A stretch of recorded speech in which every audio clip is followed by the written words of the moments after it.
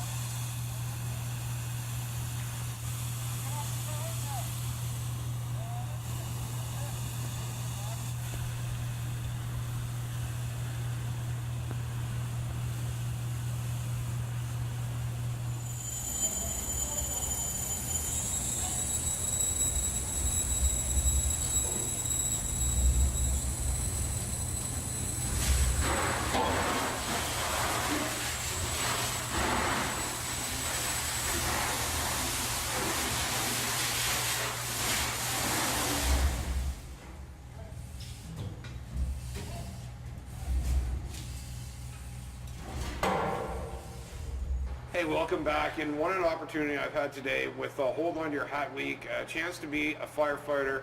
And Peter Euler, thank you very much for doing this. First of all, really appreciate it. And you are the program manager here at the Nova Scotia Firefighter School, and folks have seen me already training in this brand new facility, but let's talk a little bit about how you guys were able to keep me so safe. Well, absolutely, Cyril. Well, what we have is the latest in control systems here, and it's really quite impressive what it can do. Our building is LPG fired, and it has multiple redundant stops and multiple redundant safeties. I'll tell you about a few of them here. This is our main control panel for the room in which we were working. And what you can see here at the bottom, there's a bunch of temperature indicators, and we have thermocouples down below where you were working that tell us the temperature of the overhead layer where you were and the temperature of the environment you were in. This machine, without user intervention, if it sees a temperature time profile it doesn't like, it will turn itself off to preserve your safety. Beyond that, the operator themselves are keeping an eye on the evolutions, which are just in behind us, and they must be standing on this dead man switch at all times for the props to operate. If for any reason they remove themselves from the environment, shut it down. Shuts down without any further intervention. Beyond that, there is an emergency stop on our control panel, and if your operator sees anything they don't like, they press that. And if you hear that noise in the background, that is a high capacity fan. So not only does all the fuel turn off, but a high flow fan system starts up and removes all the hot gases from your training environment. We have ambient air in 60 seconds. Yeah. Now, inside, as we go into where we were firefighting, you also have an emergency stop button and the couplers in there as well, right? We do. We have another one right in behind me, and then we have one where the instructor who is with you is actually standing right next to with the emergency egress. So if anything happens to you or they see that you're under any undue stress or you're having any issues with your hose line, they press the button, same thing happens.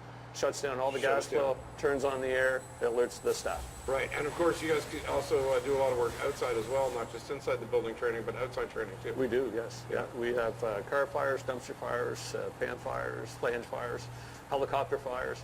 And that's because we train the Marine, we train volunteer firefighters, we train career firefighters, we work with policing, lots of agencies train here. Yes. All right, well, hey, listen, Hey. thanks for having me and letting me be a firefighter. Pleasure.